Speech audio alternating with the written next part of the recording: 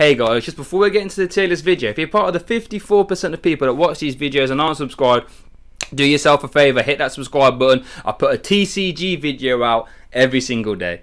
Let's get into the fun stuff. Here a little bit, it might as well stay in the Zacian, the sort of ADP Zacian sort of topic, I guess. Yeah, I just think the sort of ADP, if it's gonna have to change. I think it's just way too slow now. You can't just be, like I said, turn 1 attach, turn 2 auto creation. Like I said, Dragapult just damaging counters everywhere at this point. You know, all sorts of stuff's going on. And I'm not convinced by ADP anymore. Jack, do you sort of feel the similar way there? Like, we know what Joe thinks, as he said earlier, but what do you think about ADP? Do you think it can compete still?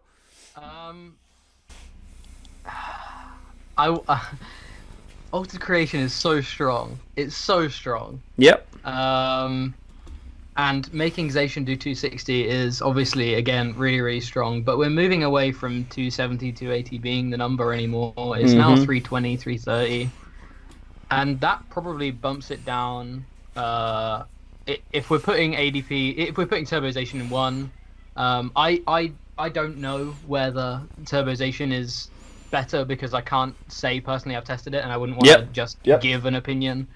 In my mind, I don't know how much like ADP Zacian is still super consistent in my mind, and I don't know whether that consistency means it can be dragged down super far, because you're probably still one of the most consistent decks and a really, really strong pressure deck. So I'd be reluctant to put it any lower, lower than like 1.52 area. But I can see where this format is not anywhere near as good as the format that it's in right now for being able to be aggressive. The selling point of the deck is Zacian can trade up, and can trade up very, very well. Not only can it trade up prize-wise, but it trades up damage-wise. It's such a good attacker. It's honestly one of the best cards they have ever printed. Yeah. And whilst it still is, it was because of the meta it was in. And with 320, 330 being the number now, it can't reach that damage cap. So you're going to be wasting damage if you're having to two-shot stuff, which means why are you playing the ADP? Because you're wasting more damage technically, because you're doing an extra 30 for no real effect, and then wasting an extra 30, so you're wasting 60 damage plus whatever you overkill by. So it's definitely not anywhere near as good. I'm scared to put it too low, like I say, because I think it's super consistent at doing what it does. I mean, this format, whilst it's a different format, we were looking at some stats, and it's taken 45% of CP tournaments this format, which is nuts. Yes, the format's been a considerably shorter because of what's happened, but that being said, it's still nuts. So I think I'd put it in like 1.5, maybe out of fear of underestimating it, maybe out of just wanting it to still be good, because all I've played this format is ADP Zacian. But I think yes, the tempo loss is worse now that these VMAXs come out, but you're still super good against pretty much the rest of the VMAX is the only thing that scares me, really. Yes. All of the Mewtwo variants, all of the other decks in the format, I feel it still has a very, very good shot at. So I think if we go down the VMAX route, which it looks like we're going to, it's probably maybe even tier 2, 2.5, but it still should clean up the majority of the rest of the format, I think. So I'm gonna say 1.5. Okay. For ADP. Okay, that seems fair. That seems fair. Joe, let me riddle you this. So, if we agree that ADP, like Zacian, might not be the best way to go, I've seen some lists that are leaning really into the Copperaja VMAX route. Do you feel as if that's some way? I mean, I don't think I've got Copperaja ADP as its own deck. I've got Copperaja, but something slightly different. Do you feel as like an ADP list where you lean more into the Copperaja could potentially give it a new breath at all, or?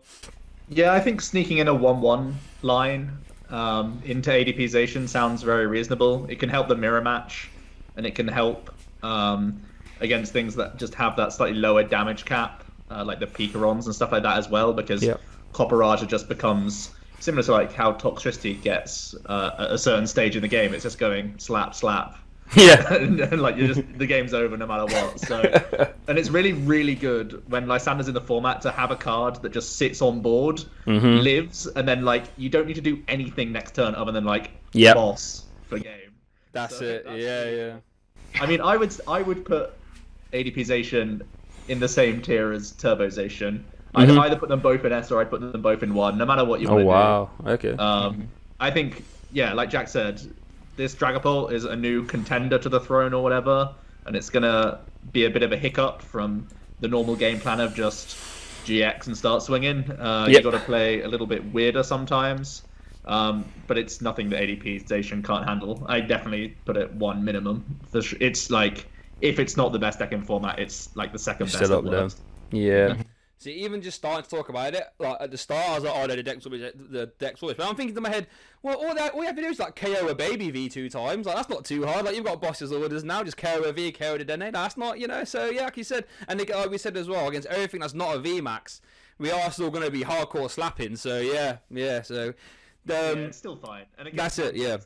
You still want to have Alter Creation, right? Yeah, and at the end of the day, what I've learned about ADP, taking extra prizes can just win you games on its own. Just be being silly. Like let's say we play against Dragapult and they miss a VMAX. Like, oh whoops, here's 3 prizes. I'll have that, and then there's a Dene later on. I'll have that as well. So so now I'll come full circle saying ADP is rubbish, and I'm thinking to myself, okay, it's actually not too bad. It's not too bad. Yeah, chill guys. Yeah, that's it.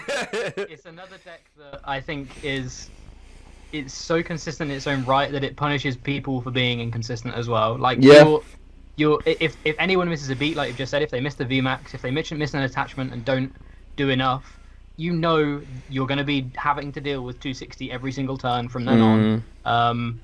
That's probably like best case scenario. Worst case scenario is they're getting ultimate raise and still taking prizes and setting up their board even further. So that's it. Like it punishes stuff for missing beats as well. So yeah, I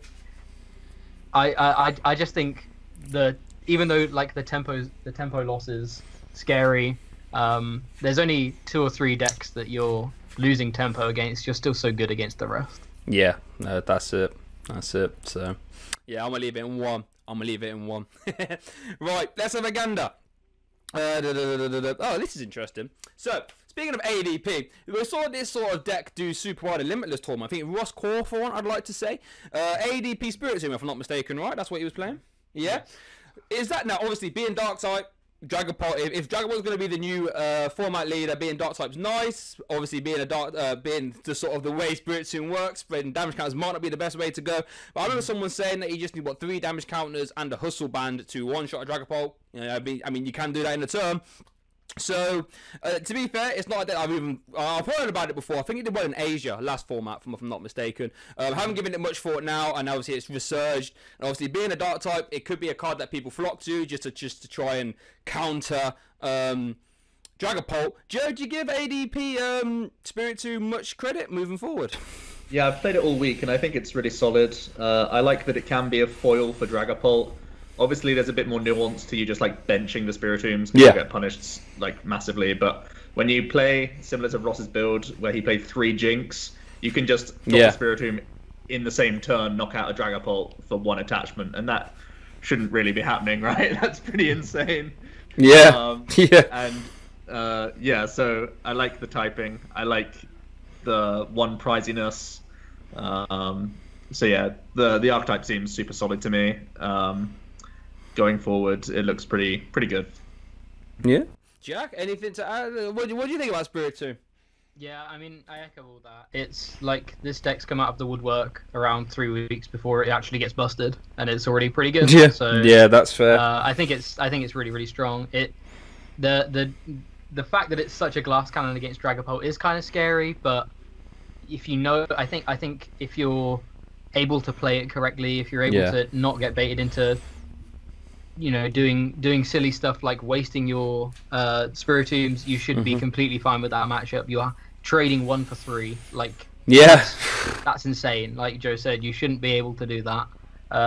Think about the next best deck that can do that. That's Baby Blacephalon that needs 7 energy in hand to trade 1 for 3, and you're doing it for 1 energy in a turn. So Yeah, it seems really, really strong. Obviously, Ross did well with it this weekend, so it might even still be a good, strong competitor for like events over the next few weeks. But Yep. I think it probably only gets better from here because the typing is just so strong against what looks like to be one of the front runners of the next format. Yeah, no, that's completely fair, completely fair. So if we had to rank it then, lads, Jack, where are you saying?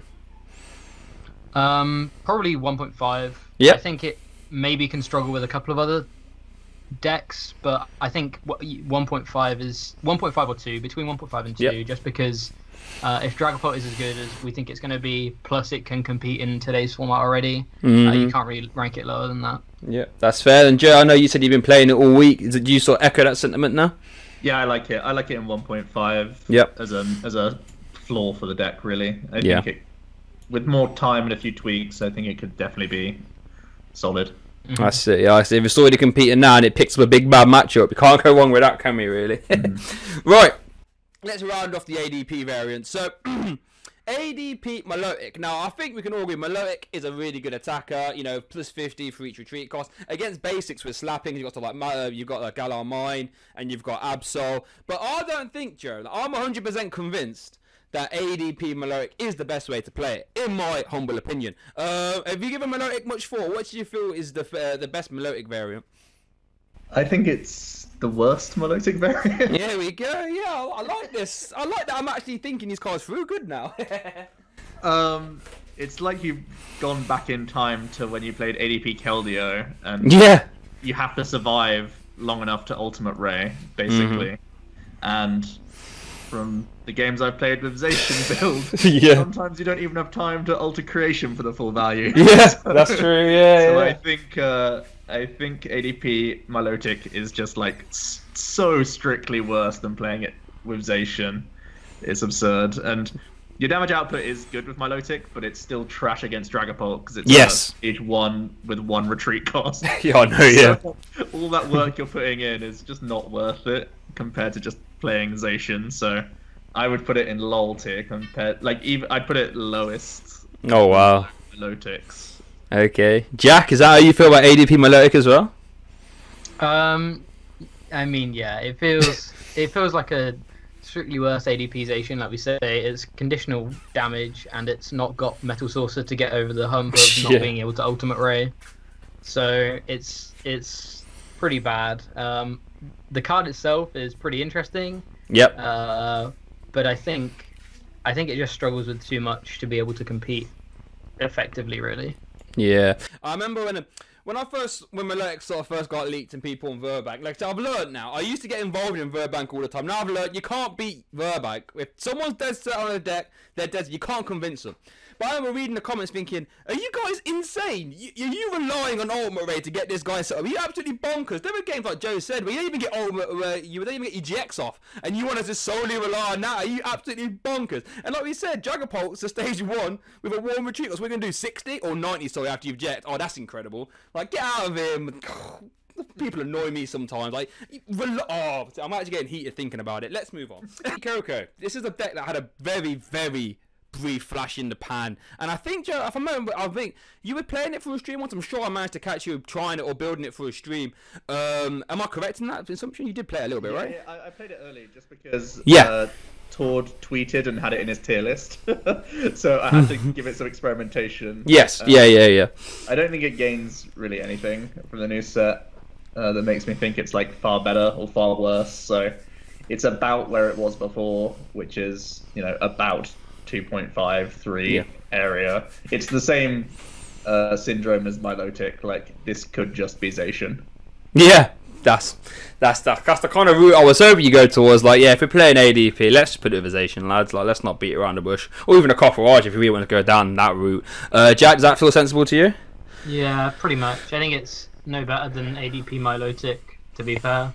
And I think Spiritomb is just a better. True. If you don't want to play Zacian, then play Spiritomb, because again, it's just better. So That's fair, yeah. Points at least. That's it, yeah. So you've got 2 potential ADP partners before we get into Coco, guys. So let's not be messing around. We've actually got Hey guys, thanks for watching that video, much appreciated, really hope you enjoyed it. If you did, please don't hesitate to subscribe. I try and put out as much stuff here as I can, full deck profiles plus games, topic conversational pieces regarding anything in the TCG. Check out my Twitter, check out my Facebook, that's where you get most of the updates, sort of see what's going on behind the scenes, all that good stuff. Also check out the SoundCloud for the full bi-weekly podcast. If you're interested, if you like the conversational pieces, go check that out. But yeah, thank you so much for watching and I hope you have a good day.